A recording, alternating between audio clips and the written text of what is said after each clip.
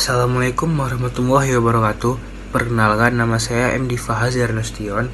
Di sini saya dari kelompok 3 dan kami akan membawakan materi tentang unsur-unsur penerimaan dan penolakan perubahan. Sebelum memulai presentasi kami, langkah lebih baiknya saya akan memperkenalkan teman-teman saya terlebih dahulu.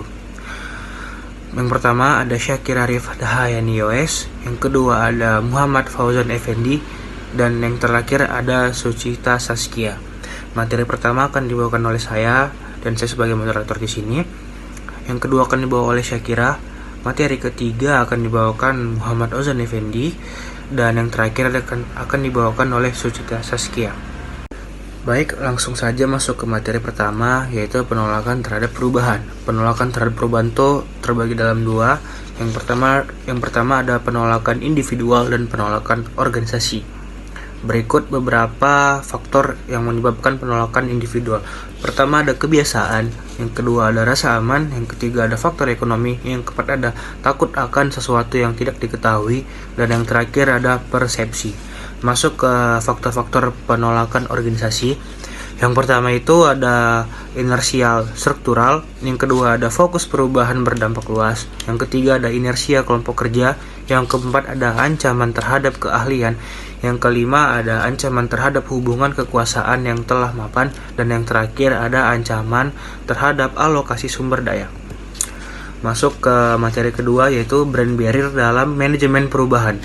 Brand barrier dalam manajemen perubahan merupakan proses alat dan teknik untuk mengelola perubahan untuk mencapai hasil yang diperlukan dan mewujudkan perubahan secara efektif dalam individu, tim, dan sistem yang luas.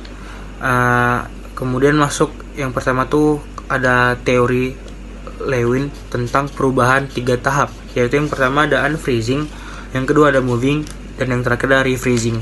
Materi selanjutnya akan dibawakan oleh Syakira. Terima kasih. Baik, selanjutnya itu yang kedua ada pendekatan Kotter yang terdiri dari 8 langkah, yaitu yang pertama itu ada membangkitkan urgensi, yang kedua membentuk tim proyek, yang ketiga membuat visi dan misi, yang keempat itu mengkomunikasikan visi, dan yang kelima itu memberdayakan orang untuk bertindak, yang keenam itu menciptakan kemenangan cepat, yang ketujuh mempertahankan momentum, dan yang terakhir, yang ke-8 membuat perubahan menjadi budaya.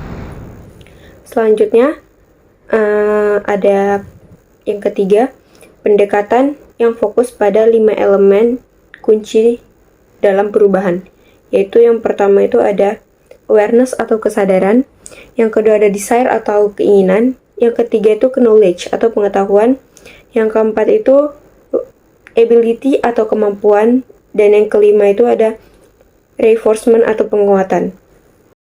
Selanjutnya yang keempat, tahapan dalam manajemen perubahan, yaitu ada 4. Tahap identifikasi perubahan, tahap perencanaan perubahan, tahap implementasi perubahan, dan yang terakhir itu tahap evaluasi dan umpan balik. Yang kelima, ada strategi manajemen perubahan. Strategi manajemen perubahan itu terdiri dari political strategy, economic strategy, academic strategy, engineering strategy, military strategy, confrontation strategy, applied behavior science model, dan yang terakhir itu ada fellowship strategy. Baik, materi selanjutnya akan dijelaskan oleh Muhammad Fauzan Effendi. Selanjutnya 3. Mengatasi hambatan perusahaan. Untuk mengatasi hambatan perubahan dalam organisasi ada beberapa pilihan, yaitu 1. Pelatihan komunikasi dan informasi tentang perubahan, 2. Melibatkan karyawan Anda dalam proses perubahan, 3. Memberikan dukungan dan komitmen manajemen, 4. Membangun hubungan yang positif antara manajemen dan karyawan, 5. Menerapkan perubahan yang bertahap dan terencana, 6. Mengenali dan menerima kebutuhan akan perubahan, 7. Negosiasi dan kesepakatan dengan kelompok yang terkena dampak perubahan kompensasi gaji. Selanjutnya yang keempat, penyebab kegagalan manajemen perubahan: A. Kurangnya figur kepemimpinan, B. Komunikasi yang buruk, C. Tidak adanya penilaian tentang sudah sejauh mana perubahan telah tercapai dan reward untuk setiap pencapaian yang ada, D. Tidak fokus pada karyawan, E. Kurangnya pelatihan. Slide selanjutnya dibacakan oleh Sucita Saskia. Terima kasih. Assalamualaikum warahmatullahi wabarakatuh. Saya akan melanjutkan materi selanjutnya. yaitu unsur-unsur keberhasilan dalam perubahan.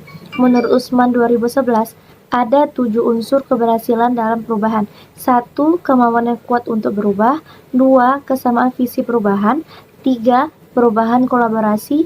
4. Kolaborasi dalam pemecahan masalah. 5. Komunikasi yang efektif. 6. Kesejahteraan. 7. Lakukan sekarang. Terima kasih.